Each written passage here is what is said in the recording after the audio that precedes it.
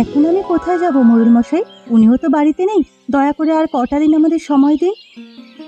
না না, তোমাদের আর সময় দেওয়া যাবে না। আমি সেই জ্যৈষ্ঠ মাসে তোমার স্বামীর কাছ থেকে এই বাড়িটি কিনেছি। আজকে যাব কালকে যাব বলে 5 মাস হয়ে গেছে। এবার তোমাদের বাড়ি ছাড়তেই হবে। ও ওর এক বন্ধুর কাছ থেকে কিছু টাকা আনতে গেছে। ফিরতে ফিরতে ও বেলা হবে। তখন হয় আপনার টাকা আমরা ফেরত দিয়ে দেব, না হলে বাড়ি দিয়ে বিদায় হব। না না, আমি আর এক মুহূর্ত সময় দেব না। তুমি এখান থেকে বিদে হবে, না হলে ঘাড় ধরে বিদে করব।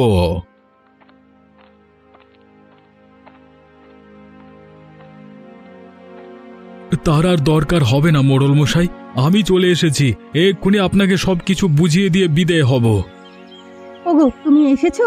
উনি যে আমাদের তাড়িয়ে দিচ্ছেন। চলো গিন্নি, আর এক মুহূর্ত নয়। যে লোক একদিন সহ্য করতে পারে না, তার আশ্রয়ে এক মুহূর্ত থাকবো না।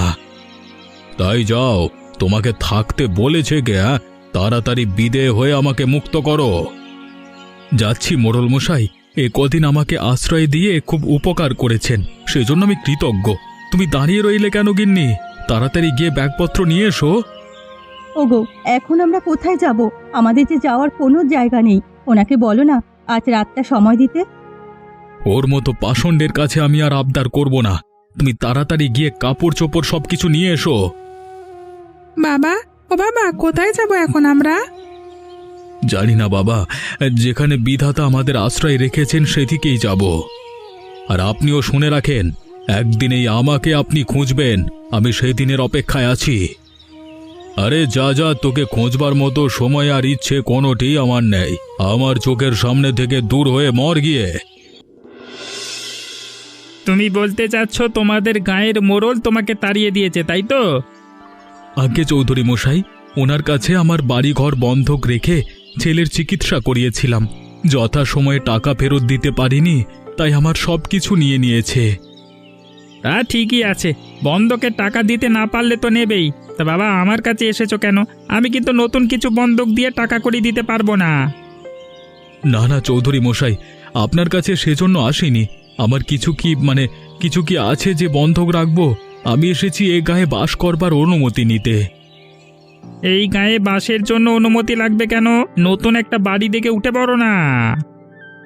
সেই বাড়ি তো পাচ্ছি না, আর হাতে টাকা করিও তেমন নেই।